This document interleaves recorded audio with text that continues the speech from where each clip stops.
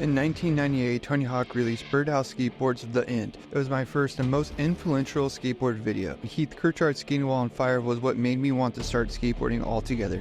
I played it so much that the VHS started skipping and I couldn't watch it anymore. Now that I'm 37 years old, not much has changed. I enjoy the old aspect of skateboarding and things on fire. Recently, my friend invented a whole new skateboard product where your skateboard sparks when you're grinding and sliding. Before we spark up my board, let me give you a little bit of history about Tail Devil.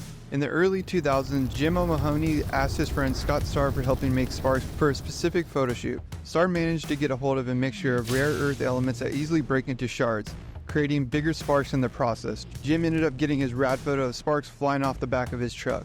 It said that kids saw them experimenting, running up and asking where they could get their own sparks for their boards. Starr saw this as an opportunity to start what is now known as Tail Devil. Not that other brands didn't try. For example, GNS trucks in the 70s had something called the Speed Spark, but they didn't last as long. The manufactured Tail Devil was essentially a plastic skid plate you could place on the tail or nose of your board for sparks. Around 2009, Starr began working out a deal with Whammo and Tail Devil, the toy company behind hula hoops, frisbees, and more, to create an entire line of Tail Devil products.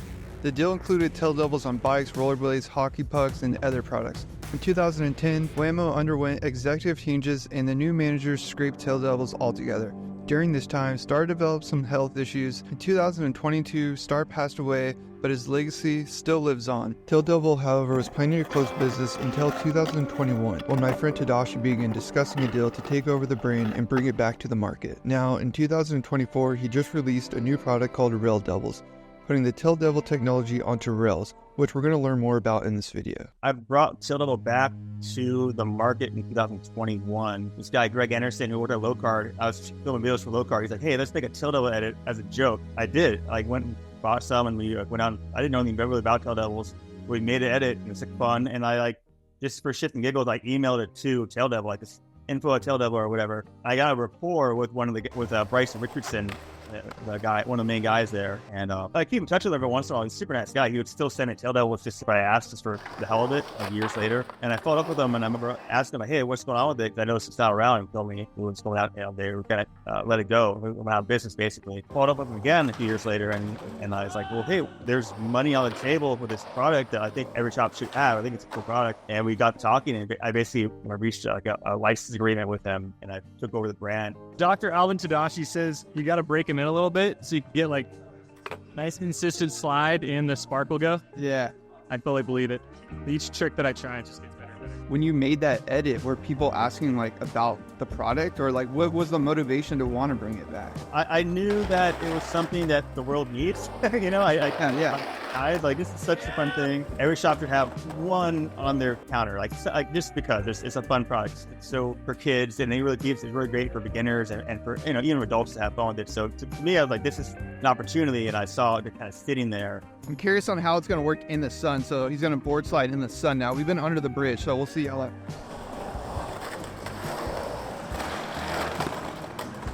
What gave you the I guess the mindset to even put him on rails? Like, I'm almost surprised that never existed. There was, Enjoy made some like flaming gummy ones. I never tried them. I tried to find them actually, and I couldn't find them. But when I heard, they were just like little discs, and they had like 6 little discs on top of them, and they kind of just fell out and didn't quite really work. They stopped making them for some reason. They had some production problems. I'm not exactly sure. Besides the Enjoy thing, like what kind of made you try the whole rail thing, and what was that process like? Like, did you have multiple re-editions, or was it like the first one you got, it was money? Everything in production and inventing something always takes a long time. There's always lots of ups and downs, a lot of going forward and then going backward and whatnot. So people were asking about it. They're, hey, via, you know, all those DMs and whatnot, you should make this, you should make that. I knew they existed, and I was told that people were requesting them. Yeah, so my first prototypes, ideas I had, just to put in like 8 flints. And I was ready to go, and I had the 3D file ready and everything. I sent to the factory and everything, and actually the factory was kind of like blowing it, and so they weren't like responding to my questions that much. I know the numbers were weird. I couldn't quite get straight answers, and during all that downtime, I like kind of rethought about it. I was like, you know what, I need to go big. 3D emblem? I wish all rails actually had these. Well, and it allows you to like set it so you don't have to like So they'll already be on there, and then you can screw it in. You know what I mean? Your placement. Oh, man. Like, I don't want someone to come out and outdo me on this. So I'm like, you know what? I'm not going to just put 8 in here. I'm going to put freaking 28 in this bad boy and go much bigger, and like definitely spark every time you go, like, almost every try you do, get it going. So that's kind of where that came from. And I found a new manufacturer too. So I talked to someone, and so that was also what really set it off into taking it to the next level. And they were so much more responsive. They already make skateboard stuff. They already made rails, so it was much easier to deal with. I wanted to do that. I wanted to do like the premium packaging. I put all cool back and have, of course, the sticker in there. And then I wanted to kind of even bring something else to the table too. Have like the 2 sets of hardware, one with the star, the tour style star, and then of course Phillips for everybody else loves Phillips, and then included with the bit in there.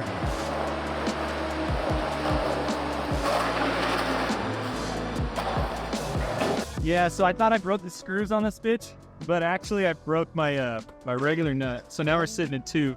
Oh shit! I'm gonna do a little readjust. Yeah. So just to bring like even more to the table to like have this like premium product. Something that I was really impressed with, and I was actually really hyped with, like the experience of installing the rails, was the 3M tape on the bottom. Now, maybe some other rails have done that in the past, but I've never bought rails that actually have that on there. I feel like that alone, it's interesting. You definitely went above and beyond. What was the idea behind the tape behind that? Was that something just because like the experience of rails normally is that they have that rattle? Yeah. That was the main thing people complain about. Is rails, they rattle, and it drives you nuts when your rails are rattling, of course. So that would help with that and help position in it when it's on there.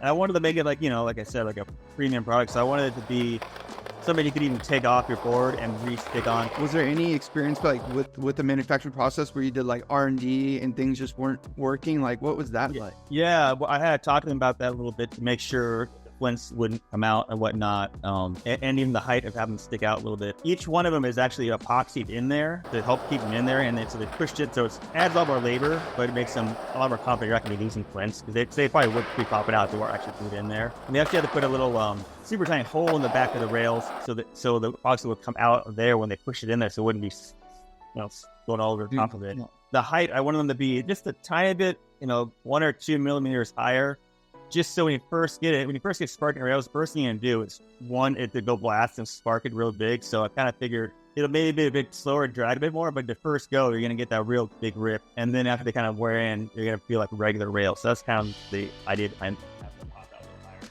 I mean, I've only ridden mine a short amount of time, to be honest, but I'm curious, like, what is it like when you wear them down, like after like almost like 2 decks? Like, have you transferred them that way yet? Yeah, they keep going. I don't. These are all like second board for these ones, but they feel smart. Yeah, I mean, the flints go all the way down to basically the height of the bolts. By the time you're going to replace them, you would replace them anyways. Pretty much going to keep sparking until the rails are done. Yeah. So how long do you think this process has taken to like develop this rail? Like, how long have you been working on this? A couple years, probably. Yeah, just everything. Everything takes longer than you think. It's always getting the samples and production and going back and changing stuff on the 3D model, and then the packaging, seeing what works, what doesn't work. So yeah, probably did 2 years. But yeah, even problems with like making sure the bit was just the right size and everything. Just little things trying to tweak them in there, make it right. I had to actually open a mold to make these are actually custom made bolts, which is kind of weird. The design we had on the bolts was just slightly different than like the standard ones that are out there. So we had to like open up a mold and make the custom bolts screws. Yeah, and try to figure even the length and what's the most common length and things like that. Try to get trying to aim for the center of the market where most people are going to ride. I noticed like the length is a little bit shorter than the last couple of rails I've had. And like you said, I'm sure all rails have a little bit of a different length. I prefer the length though, because I ride big wheels and loose trucks. The point is that my wheels a lot of time would actually hit the rail. I started with a longer rail actually at first, and then I kind of just, from research and talking to people, like and comparing wheelbases, like 14 and a quarter is kind of seen like right in the middle and the most dominant size. The other thing I was wondering about is, do you think these rails are heavier? I mean, I don't like more weight on my board. I know that. Like, I prefer to actually have as light as possible. Like, you can get like hollow trucks and those little things help every gram counts. So, but yeah, I think it is what it is. I mean, I was thinking maybe eventually we could make a lower profile rail, and then it would be like 30% lighter or whatever, things like that. But I chose this kind of height and size also for like to kind of keep the integrity of it so it won't break as easily. Because I figure, yeah, if you have all those holes in here, it might break easier. And it's not going to be as, versus a solid piece of plastic. So that was part of it too, have it higher so to be stronger in itself. The weight of it, I didn't think much about or even really care the weight. I just know people that ride rails, they know it's an add, a couple ounces to their board.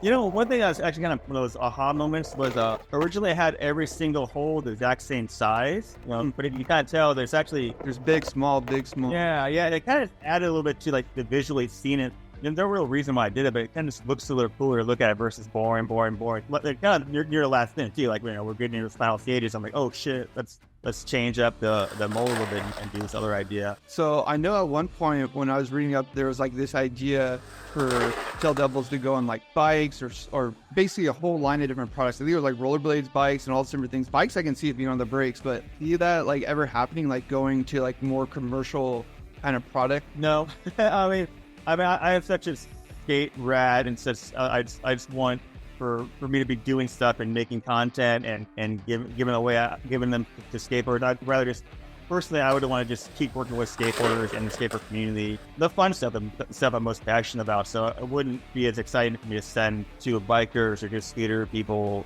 this new version of Tail Devil. And I think it wouldn't be able to true to the brand itself too, and history of it. It's been such a skateboard brand forever, and people know of it as that. So it's nice because Tail Devil, in some ways, it's not traditional. It's not. You're kind of almost like the main product in the marketplace of you wouldn't want to ride for Tail Devil necessarily. I don't know. It seemed like you would, but you wouldn't, and then it just seemed like you'd rather just like rep it or have fun with it. Lastly, if someone wants to get a pair, where do they go? Is it the best place just to go to the website, or they at skate shops, or what? Yeah. Well, I've got skate shops. Always check skate shops first, of course. And then of course taildevil.com, and I have distributors in the US and in other factories too. So I'm trying to get throughout the world, and you go send them, DM me or in the website, of course. So yeah, we're going to keep making more fun stuff, and I'm just so happy to be part of skateboarding and trying to make fun stuff and get kids psyched to do it, and even adults and everybody. I want the kids to do it and pros to do it and amateurs and everybody. I want to have it's fun to people be having fun, spreading the fire, spreading that stuff. Yeah. So thank you skateboarding basically. Yeah. Like I said, like the very beginning, the first video that ever got me sparked was the end, and how Heath and Jeremy were on fire, and I feel like still to this day, 37 and that the spark hasn't gone away. So I like that. It's a good way to leave it on. It's like for the kids, for the pros, for whoever wants to have fun. Yeah. Oh yeah, man.